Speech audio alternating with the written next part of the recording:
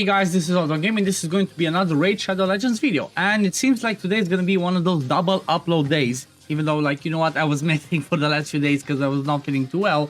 But today's this video is going to be about something really amazing, and that is some champion buffs. And honestly, I feel like these are one of the best ones they've done so far. Like, you know, correct me if I'm wrong, leave it in the comments below if you think somebody got a better buff. I'm not talking about, like, you know, like the Mashaled or like the Draco Morph, you know, I'm not talking about those crazy ones, but in the recent year, since they started doing, you know, batches of champion rebalancings, I feel like this one's one of the best ones. So they changed 3 champions, and you know what, let me see, 3, yeah, let's take him one at a time. So let's start with, where is he? Killion the Unlucky. So basically, you know, we all looked at his kit and was like, okay, what is he actually good for? He kind of seemed useless for everywhere. The only thing maybe you can argue is if you use him in Faction Wars in a Renta set, he could be interesting. But apart from that, nothing too crazy. So what they changed is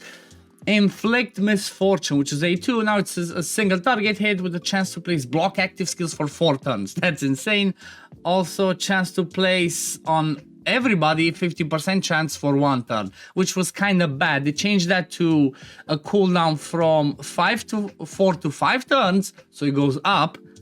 So basically after you book it goes to 4 turn, but it becomes an AoE with an 80% chance. So basically this is going to be a 100% chance to place block active skills for 2 turns on a 4 turn cooldown. Definitely better than what it is right now, so that's a good start.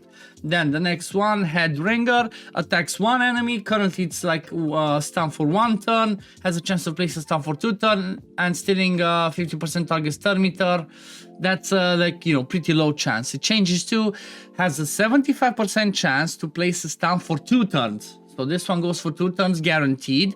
Also stealing 50% of the target's current turn meter. So basically whatever, like all the uselessness it used to do, now it's a 2 turn stun guaranteed with 50% of the current turn meter stolen, resets the cooldown of the skill if the target is killed. It says nothing about if they change the multipliers, but if this one kills someone, that's pretty good. It's pretty good because he can go again. So if he doesn't kill, he stuns. If he kills, he gets another turn. So it's decent. Still nothing too crazy for him. And then they changed the passive. It has places 2 of the following buffs, which are all of these ones at the start of each turn. So it's the increased attack, increased crit damage, increased crit rate, strength and block damage, or increased accuracy. So they remove the increased crit, no, they keep increased crit damage. So they just, let me see, 1, 2, 3, 4, 5, 1, 2, 3, 4, 5, 6. Yeah, so they add increased accuracy buff over here, which is pretty decent. So yeah, overall, I guess he's gonna be a little bit more useful. Still nothing too crazy, but at least, you know, has the option of using him as AoE block active skills for the sake of Faction Wars, or, you know, any other area of the game where you want to lock out somebody's active skills.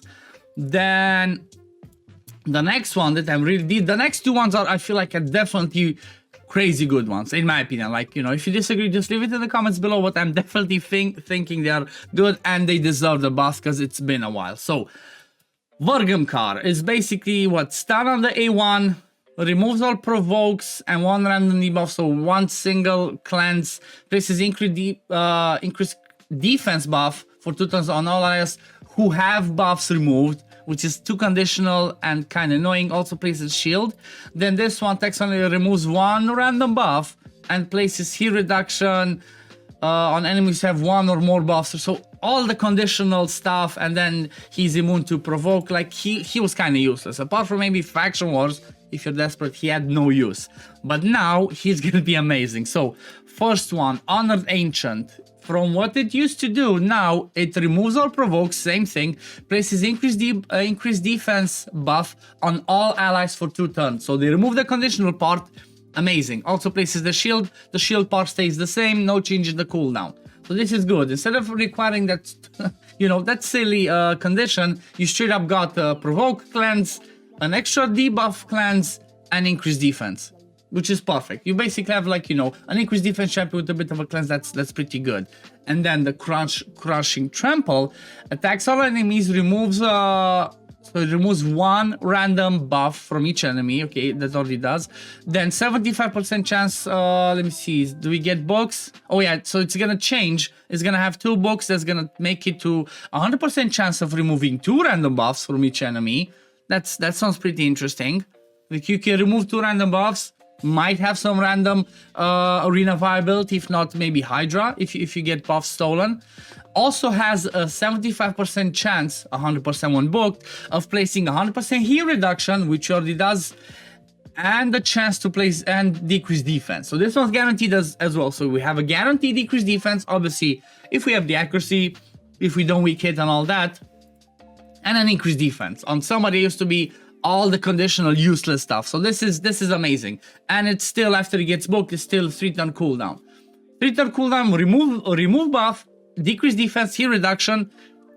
Like I said, he might actually become good for arena. Not gonna lie, it's not too crazy, but you know, if you don't have any other option for certain situation, remove the stone skins, put decrease defense. It's, you know, it's interesting to keep an eye out, especially because he cannot be provoked. He also has what? Yeah, he can get his turn meter boost if people provoke him. Again, not the craziest, but it's good. It's good compared to what he used to have with all the conditional.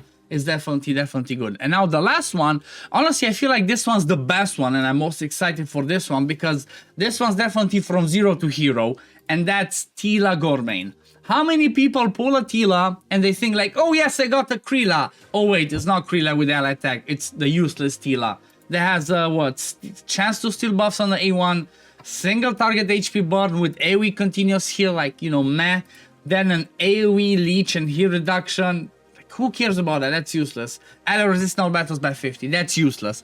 Well, let's look at what she does now. So, now, on the Pyre Strike, she attacks all enemies, has a 75% chance, then it can be booked to 100% chance on a 3-turn to place AoE HP burn.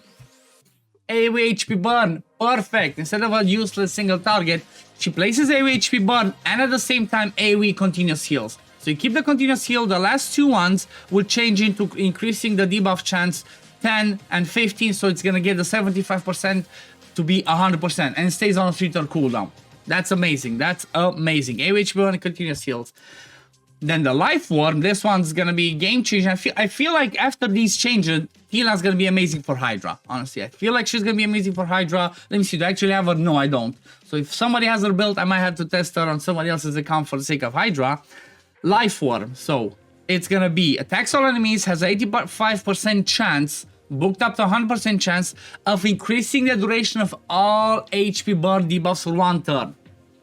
Amazing. She puts her own HP burns, she can extend them. Even if she doesn't put her own HP burns, she can extend all of those, which is awesome for Hydra especially. Even it can be good for Spider, but especially for Hydra it's gonna be amazing. Also has an 85% chance, again like it says here, it's gonna be 100% chance to place Leech and Hex instead of the useless heal reduction, Hex, for 2 turns. So again, this one's gonna be booked down to 4-turn cooldown. And honestly, I feel like Teela is gonna be a viable progression champion. Maybe, you know, might have some endgame viability for the sake of Hydra. That's how I feel. I'm not sure if you guys feel. Leave it in the comments below. But I feel like these 3 buffs are good, and I feel like Teela got the best one. Teela got an amazing buff, and I feel like she's gonna be a Hydra goddess. Leech, AoE is gonna bring everybody easy heal. AoE HP burn, AoE HP burn extension, and Hex. Hex, what does it do? You can do extra damage because of the Hex being placed out there, and it allows you to target out of mischief. So yeah, this is gonna be definitely amazing. Like I said, leave it in the comments below. Who do you think got the best buff out of the 3 that I mentioned? But yeah, thank you all for watching. Don't forget to like and subscribe, and I'm gonna see you on the next one. Peace, love, take care, everyone. Bye guys.